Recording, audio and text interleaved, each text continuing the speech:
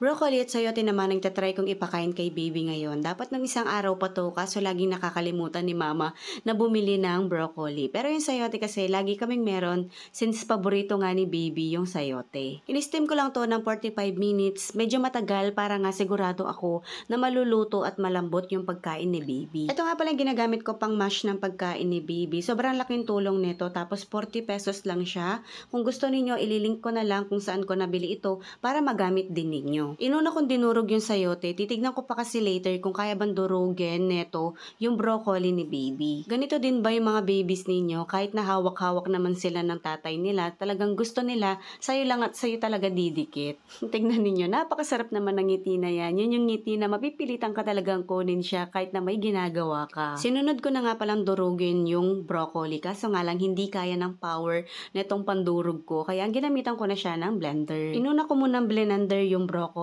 tapos minix ko na yung sayote para mag-mix yung flavor nila. Ganito nga palang itsura niya pagkatapos kong i-mix yung sayote at yung broccoli. Since madami ito, nagtabi na ako ng good for 2 to 3 days na pagkain ni baby, yung tira yun yung ipapakain namin sa kanya ngayon. Makikita naman sa mga ngiti na yan na excited talagang kumain si baby. Actually, araw-araw naman pag pinapakain namin siya, excited na excited talaga siya. Karamihan sa mga pinapakain namin sa kanya, inahaluan talaga namin siya ng breast milk, especially kung medyo dry, tulad ng patatas, kalabasa, hinahaluan talaga namin ng breast milk. Hindi durog na durog yung pagkain niya, kaya ayan, kung makikita ninyo ngumunguya siya, 7 months na siya at meron na siyang 2 ngipin. Sanay si baby na kumakain ng lunch kasi kapag umuwi yung mister ko galing trabaho, sinasabay niya si baby sa pagla-lunch niya. Pag na-tiyempo natulog si baby pag uwi ni mister, yung nag-aalaga naman kay baby, yung nagpapakain sa kanya. Sinasabihan na lang namin siya kung paano at gaano karami yung ipapainit o ipapakain sa kanya. Natutuwa ako sa mister ko kasi matyaga at masipag siya magpakain kay baby. Kahit na minsan nandito ako, wala akong trabaho, o kaya naman Sabado at Linggo, siya pa rin ang inaayahan kong magpakain kay baby.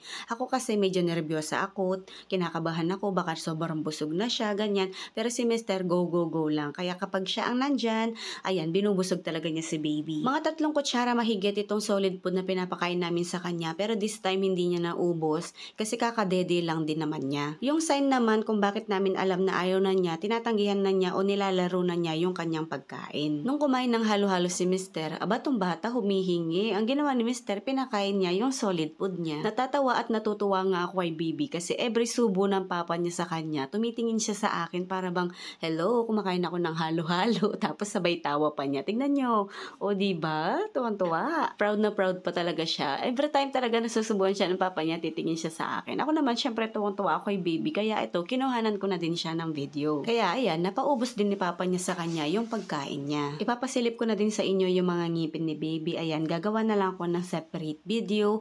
Nga pala mga mi, naglalagas din ba kayo? Or yung mga nagpapadede lang, yung malakas maglagas ang buhok?